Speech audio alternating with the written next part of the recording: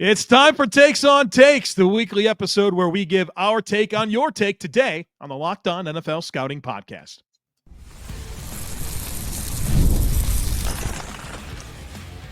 You are Locked On NFL Scouting with the Draft Dudes, your daily podcast for NFL and college football scouting.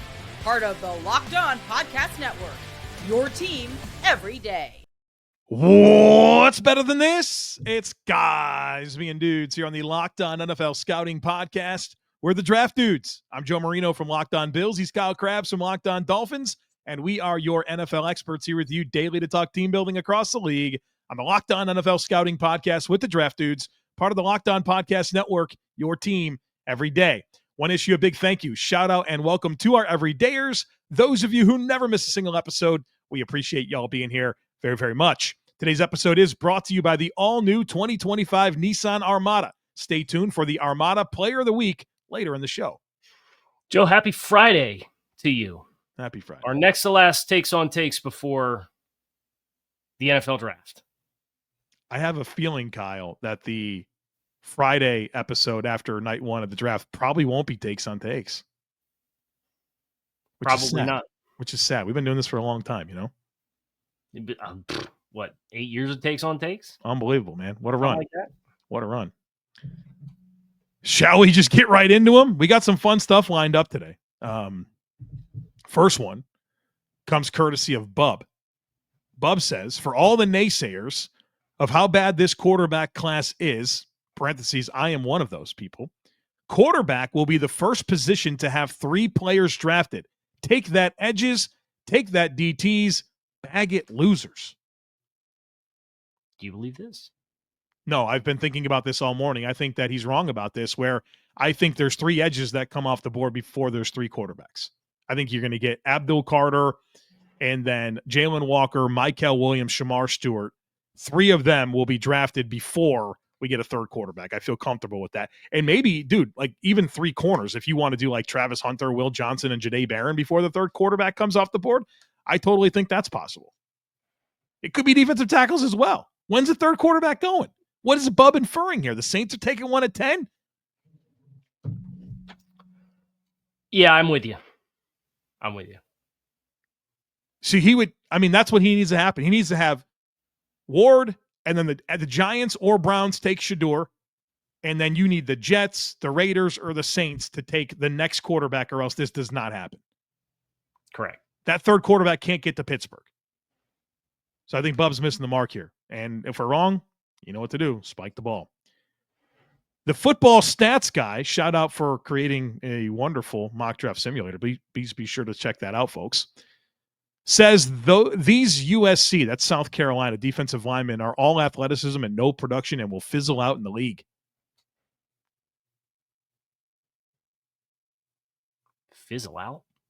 Yeah, I like TJ Sanders, man. Kind of lukewarm on Kennard, but... So, yeah, I would not be surprised if Kennard doesn't spike. Sanders, kind of a situational specific kind of guy, right? I want to know where he lands and what's around him and like what are his complementary rush players before I would write him off. I think he has a good chance to be a productive NFL player. But Kennard's a bit of a tweener that I could see how you maybe have a ceiling on you that doesn't match. But he won best defensive lineman in football this year, like the college football award. Which one is that? I can't keep track. Kyle Kennard won it? Hold on. Are you serious? Is it the Bednarik or something? I'm about to rock your world. No, this is not true. He won the Bronco Nagurski award. No, he didn't. Yes, he did. Kyle Kennard was the greatest offensive lineman in college football this year. I don't think that's true. That's objectively not true. That's an insane thing that you just said to me. I can think of so many players. Like even like Josiah Stewart would be way more deserving of that. And I lied. That's Nagurski's for the best defensive player in college football. Kyle Kennard won the award this year. You took it to another level. Yeah. Kyle Kennard won the award. He's the defensive MVP for college football. Yeah. I feel like I'm getting punked. I could send you the Wikipedia page if you want. Kyle. Will Anderson won it twice. He's joining the likes of Scooby Wright and Tyler Matakevich have won the Broncos. Those players deserved it. I don't really have an issue with those guys getting it. What? This is unserious information to me. So yes, I don't think the Bronco Nagurski Award winner is going to live up to the standard of Will Anderson and Chase Young, Josh Allen, Bradley Chubb, Jonathan Allen, Aaron Donald, Luke Kuechly, and Ndamukong Suh. Now, like Daquan Bowers won it, Manti Te'o won it, Zaven Collins won it, Xavier Watts won it last year. If you had to put him on the big board of like Bronco Nagurski Award winners for the last 15 years, I'd put him towards the bottom for his NFL outlook. Was he the best defensive player in his conference? I think Andrew Makuba was like, I'm just thinking of names. I can think of endless names right now. Yes. Texas is in the SEC, right? That's a thing that's true. That is a factual statement that you just made. That guy's a baller. I did him like, if you want to just like take away the pro projection. What a good player he was last year. I don't get it, dude. I'm out on that idea. That's blown my mind here as we start this episode. Let's move on. Leave your YouTube comment for who you think should have won the defensive MVP for college football. That's not Kyle Kennard. I don't think I can move on, but I have to. Catastrophe 58 said the NFL should limit rookie running backs' workloads, reps per game to increase their value on second contracts. This is crazy. No. Have you ever the seen? NFL should not do anything to manipulate teams' player management in any capacity. Kyle, this is aggressive. Has there been a single running back in the history of the world that's their second contract was in question because of the amount of carries they had during their rookie contract? I don't know, but I can tell you we shouldn't find out. I'm not in on that in any way, shape, or form. This next one by the dudes. Listen, this next one's depressing. Like I felt terrible reading this, and I'm like, we should include it. Draft Professor says this: the first team to move outside the United States will be the Cincinnati Bengals. Probably not. Teams move in the NFL. Like as much as that's hard to fathom, like just look through the teams. Most of them have moved cities, and it's happened recently. Sometimes between the same two cities. They move from a city to a new city and then back to the old city. Right.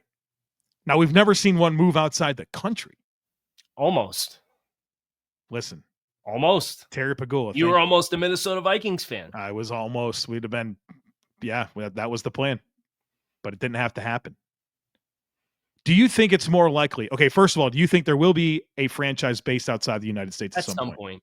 It just feels a very globalized set of goals, and I think eventually they will make that leap.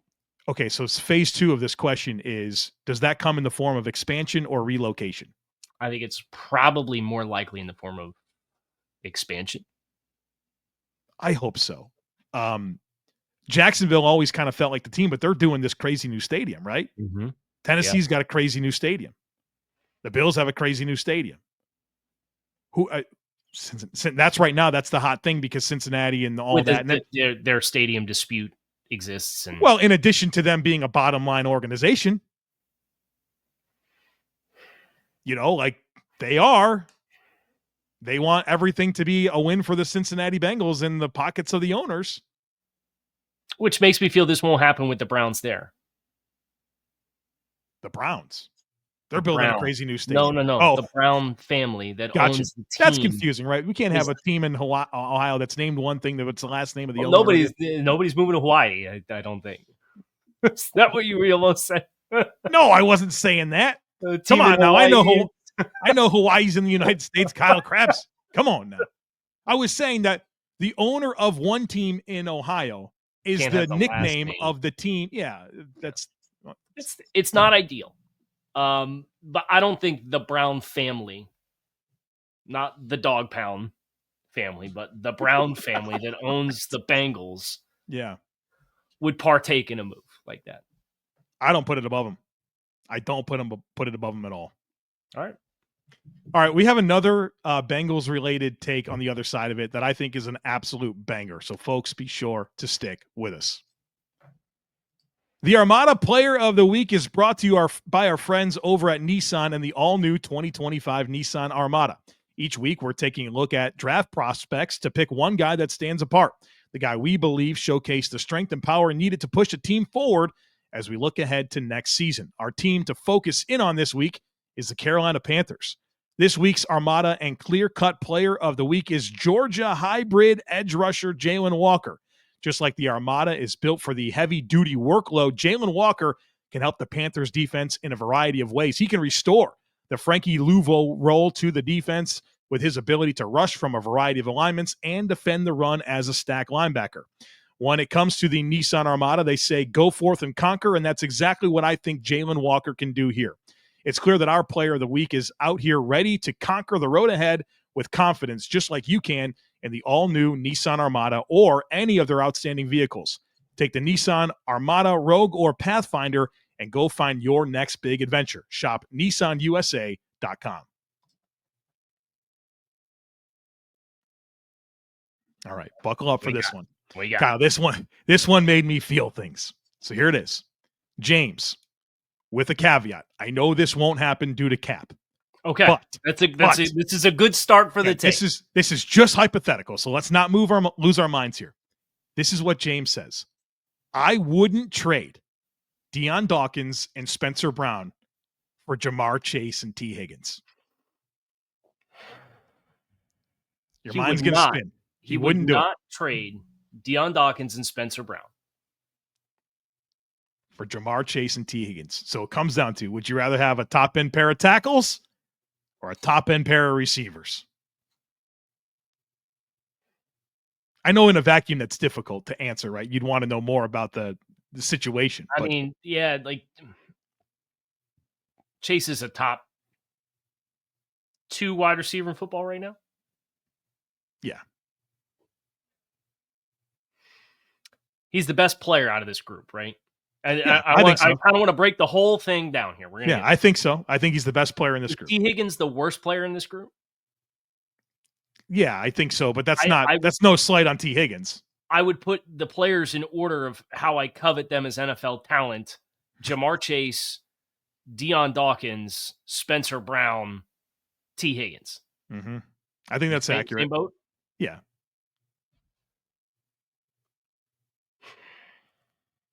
I think Chase is a significantly better player in the hierarchy of his position than even Dawkins is, but I'd say Dawkins he's a top, he would say 8 left tackle in football. Yeah, I think is that a fair number? I know, I know I'm talking to a Bills guy, but I think that's a fair number. It's fair, yeah. So that's where I have the hard time. Is it's like, what do I have to put replacement level players at the spots I'm not taking the wide receivers and tackles? That's because what makes if you're working with replacement level tackles, that could get real ugly. In which case, I'm going to lean into I would want the trench players because I don't want replacement level players there. But I have a hard time turning down getting Jamar Chase on my football team. Telling you, it's very thought provoking. In a vacuum, I'm going to lean with the trench play, but it's not easy. Yeah, it's not easy. Yeah, Tate, not Tate McRae, unfortunately. Okay. But other the same Tate from the previous. The only other Tate that matters in my life besides Tate McRae is this Tate. If it's the same Tate that gave us the Tate, the Tate from when Tate gave us the Tate McRae Tate back when. Dude, we're in a revolving door here. You know what I mean? So Tates and takes. That was a good pun. That was a pretty good pun. Yeah, people say I don't know pop culture. Well, I was introduced to Tate McRae, and suddenly I have some familiarity. Familiar with pop culture? Yeah. For a running back, it's best to take a swing on an elite trait guy like Brashard Smith, and Tate references receiving, or Bashal Tootin referencing speed, than a well-rounded back like Dylan Sampson, who's average at best everywhere. Average. Sampson can fly, though. He can scoot. He's got speed. I think that's probably pretty fair. Maybe the examples weren't very good, but do you like the individual superpowers, or would you like somebody that's just kind of good across the board? Depends on what your offensive situation is, right? Because I think the challenge for positional value of running backs is well-rounded guys are not difficult to find, right? And it makes the perceived replaceability of players at that position fairly high. Yeah. So if you want to have an asset, or if it's an identifying variable, the style of your run game, right? The Shanahan wide zoney 18 to or 17 to 2021, 2022 before they got McCaffrey, right? Like that wide zone system was very predicated on speed to the perimeter. Mm-hmm. So it makes it a more qualifying variable that to be a successful player, you really probably better have that individual superpower and trait. So I think this gets a lot into scheme specificity that matters. But if I want a rosterable player, I'm perfectly fine taking the guy who's a 7 in every trait across the board, and then just routinely churning and replacing that player, because that's not a hard. I've got a bunch of guys that have 5s and early 6s in my draft evaluations this year, and they're sufficient to slightly above average in all the traits that I graded. I think this take has been good for me to reflect and appreciate the guys that are superheroes across the board. Saquon Barkley, Christian McCaffrey, Bijan Robinson, those types of players. Because you don't have to, you're not sacrificing anything. Like you have a true top end guy in all areas. And I think they're a little bit more rare than you might think. And when you because you got Genty, but I was going to say Travion Henderson, but okay. No, there's, he's not perfect. So absent of having that guy, you kind of need to sprinkle in all the different superheroes to make up the one guy with 2 or 3 other guys. So yeah, it's just like, back in the day, I used to say, not everyone gets to have Tom Brady or Peyton Manning or Drew Brees. Not everybody gets to have Bijan Robinson, Saquon Barkley, or Ashton Genty or Christian McCaffrey. All right, Joe at work, and this is pretty aggressive, leading off with, I'm going to spike the ball on this in 2 weeks. Okay. That's step 1 of the take. Step 2 is the take. Texas wide receiver Matthew Golden will be available at pick 23, and the Green Bay Packers will not select him. You getting 23? No. Spike the ball if you're right. No. I don't think Matthew Golden makes it that far. You see this whole conspiracy theory about what he actually ran? No. There's like people are like, he's not a 4.2 guy, and I tend to agree with that. I don't think he plays 4.29. No, but he plays high 4.3s or 100%. The diminishing returns of what's like. Are we not going to say he's not a fast receiver that can win vertically down the field? Right. Even if he doesn't play as a 4, like if you take the bell curve, right, like you're still outside the second standard deviation for 40 times. You're an upper 2 percentile speed guy at 4.36, just like you would be at 4.29. Yeah. So who cares? It's a big thing. It's like you didn't run a second 40, maybe got a gracious start. He's not really a 4.2 guy, and it's a shame because I think it's kind of created a distraction on who Matthew Golden is as a player. And then like the dynasty and fantasy analytics have or production profile, right? Production profiles, right? Yeah. His quarterback was Quinn Ewers. I know. Okay, I know.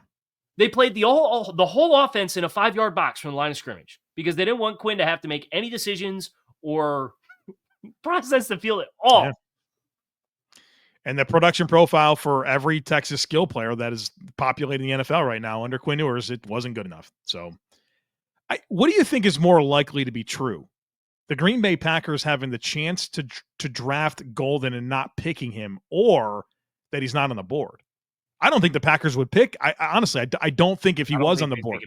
I don't think they would. So that's not the part of the take that's interesting. The interesting part to me is, does he get to 23? And I'm starting to think, like, what are the landmines? Probably the earliest would be Carolina at 8. I would think that's probably a reach. But you could see a team like Vegas or the Jets or Carolina, like maybe moving back and hoping to get him. I guess he might be in play for Chicago. Dallas. Arizona. Is Miami ejecting Tyreek Hill into the upper stratosphere? Probably, but I don't think they'd pick Matthew Golden. Well, it's another team that is at least in that strike zone that there's a world and realm in which a wide receiver might be under consideration, depending on dominoes that would have yet to fall. I'm open to the fact that he could be there beyond 23. I don't think the Packers are going to pick him regardless. Seattle, yeah, feels like a really good spot for Matthew Golden because again, it's a fast or vertical capable receiver that gives you stretching elements to your passing game that allows the spacing in the field that would allow two redundant receivers that have middle of the field and slot capabilities to be unleashed. And then there's also like the Chargers, potentially a wide receiver spot. Yeah. All right. Well, Joe at work, you know what to do if you're right. All right, we got a bunch more to get to, including some fun team scenarios and more on the other side of it. Folks, be sure to stick with us.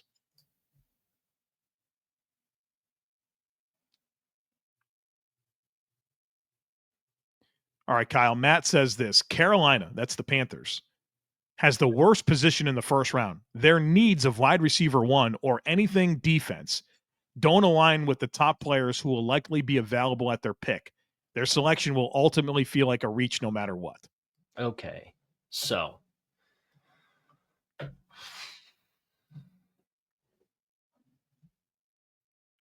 like I know they're not going to get a Bill Carter or Travis Hunter, but like how many top 10 grades do you have? Oh, I'll probably have 3. I have 3. So that's the challenge, right? Is you're picking top 10. But I don't know. I feel like New England could be in a really bad spot if they end up not getting Hunter or Carter. Isn't that pick going to feel like more of a reach than whatever Carolina does at 8? Oh, yeah, absolutely. Because, like, what happens if Carolina were to pick and pair Will Johnson with J.C. Horn? Be awesome. I don't think they're going to do that, but, like, that would not feel like a reach to me at 8. 100%. I agree. So if the qualifier here is that, if the qualifier is here that they're not going to get a top 10 talent at 8, well, I'm sorry. There's only 3 teams that are going to get a top 10 talent in the top 10. There's players that I'm expecting, Jalen Walker, like, I don't know, Shamar Stewart, like Michael Williams. Regardless of what we think of those players, like those are players that are kind of expected to go in this range. So I would say the first team that's potentially going to be in that position and be in a really tough place is going to be the New England Patriots at 4, assuming Hunter and Carter off the board. Come out smelling like a rose if they get one of those 2, though. Correct. Bo, I assume this is not. Well, it's Nix? not. I don't think it's Bo Nix because it is an AFC West take. Maybe it is. Bo says the AFC West will only have one team with at least a 9-win season, and also has a parlay here with the food take. Popcorn is one of the best nighttime snacks. No, popcorn nighttime. You gotta go floss your teeth. I think popcorn's good, but I have to be in the right mood for it. It's an occasional thing for me. I don't snack a lot anyway. You gotta get the Brillo pad to scrub the butter off your fingertips when you're done. Honestly, that's the worst part. Like, especially if you do microwave bag and then like you're putting your hand in that bag, it's your whole arm is just going to be kind of nasty up to the elbow. Yeah. I'm not here for that. That's a problem for me. So I do put it in a big bowl, but then I have a bowl and then hold the bowl up to your face and just do the frog thing and pull them out and not touch them. Well, yeah, but then I got butter in my beard, you know? I don't have that problem. Well, there's a lot of complicating factors. It could be like beard oil, you know? Nah, dude, I don't want to feel like I need to take a shower after eating something like popcorn, a snack. You load up other stuff on popcorn? Like you put like a whole bunch of salt. Do you add extra butter to it? No, I'd never do any of that. No. In fact, I like popcorn that doesn't even have butter on it. Yeah, I'm kind of kettle corn better than regular popcorn. Would you agree with that? Nah, it's a little too sweet. There's no such thing as a little too sweet, buddy. I think so. You know what I don't like is like the gourmet popcorns that some of it's like caramel, but other ones is like chocolate drizzle on top. I do like some cheddar. The whole thing sweats. and then the chocolate starts melting, and I'm like, this is a mess. Yo, people pay good money for these big tubs of popcorn. Please never show up at my house with one of those. Please, God. I do like the white cheddar popcorn. I think that's good. Yeah, but that gets really, you got to like use your teeth and scrape the part of the deal. Cheese dust off your fingertips. You know what you're signing up for. But this is a lot. This is a lot of work for a late night snack, you know? Yeah, late night snacks, ideally something you just pop and go, right? I'm a big like yogurt. I'll have fruit late at night if I'm looking for something. Yeah. So anyways, he had a question about the AFC West. We'll have only one team with a 9-win season. Talk more about popcorn.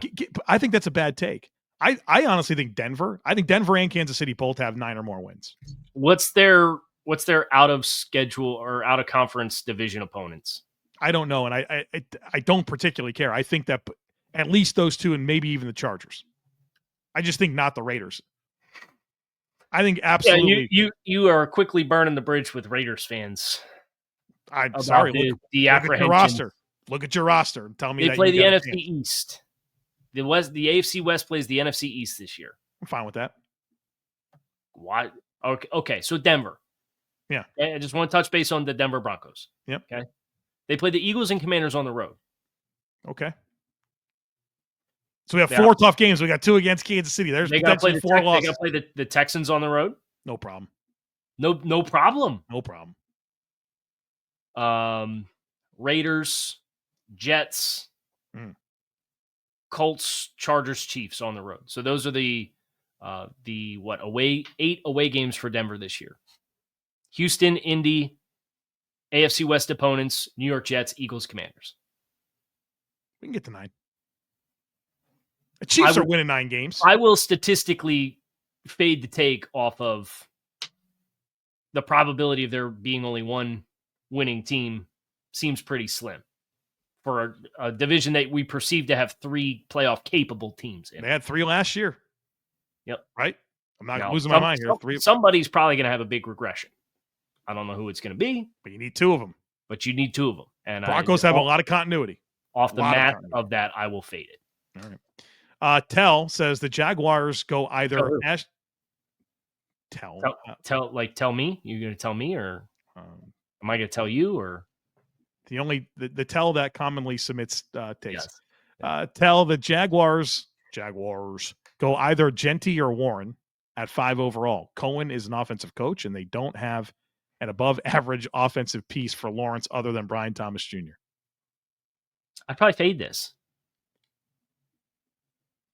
So you sit there and pick Mason Graham? Gladstone's coming in with the resume of what they did in LA is that they loaded up on a lot of defensive talent.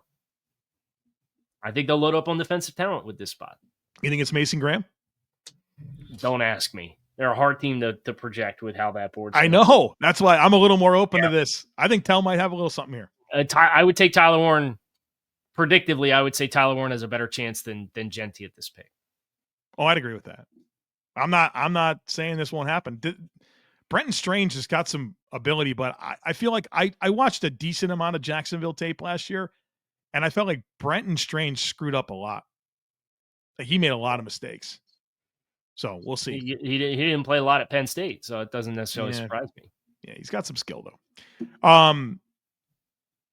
August says Will Campbell's ceiling in the NFL is at center, undersized with excellent footwork, technique, and intelligence. He would absolutely thrive there. I think he would thrive at center. It's a power center. Yeah, if he could, especially with all of the credit he gets for calling out protections and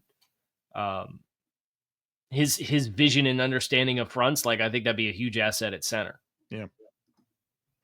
All right, last one here comes from Kevin, who says the NFL draft will have 0 trades in the top 10. At least 2 for the rest of the first. All trades in the first will be net. All trades in the first will net the team trading down less value than normal, with a bonus take in honor of Mittens. Most dog people have no affection for cats. Most cat people love dogs and cats. I think that's true. I think people who only have dogs, I don't want to speak in absolutes here, but it feels like most dog people are like, I got a dog because I love dogs. Yeah. Right. That's me. Yeah. I'm a dog. Yeah. That's me. Yeah. You don't hate cats, but you wouldn't, I don't think you'd own a cat. No, I wouldn't own a cat, and they just don't. They're not needle moving to me. The thing about dogs, man, is they're always so happy and nice and loving, and cats that's just not always true about them. You know. But doesn't it make it more special when it happens? No, I'm not fighting. No, dude. My sister has a dog named Henry. He's a cool dog, but he makes you earn it. I'm like, brother, I'm not fighting for this, dude. Like, you either want it or you don't. That's all cats. That's all cats are like that. Yeah, I'm not, dude. I'm not here for a struggle here to be able to pet you. Like, nah, dude, you either want it or you don't. And what was the first part of this? Before no trades in the top 10. No trades in the top 10. At least two more the rest of the first. But I think the overarching thought was like that the teams trading down will get less than normal. Yeah, I would generally assume with the market this year, negotiating and getting big time prices to move down the board is going to be hard to come by. Yeah, I agree. There you have it. That's it, man. Takes in the book. Kyle Krabs, Joe Marino, Locked On NFL Scouting. I hope you guys enjoyed another week of prep for the 2025 NFL Draft. We'll be back again on Monday for whatever the weekend brings for us and continuing to work through some of our positional deep dives for the 2025 NFL Draft. We hope to see you then.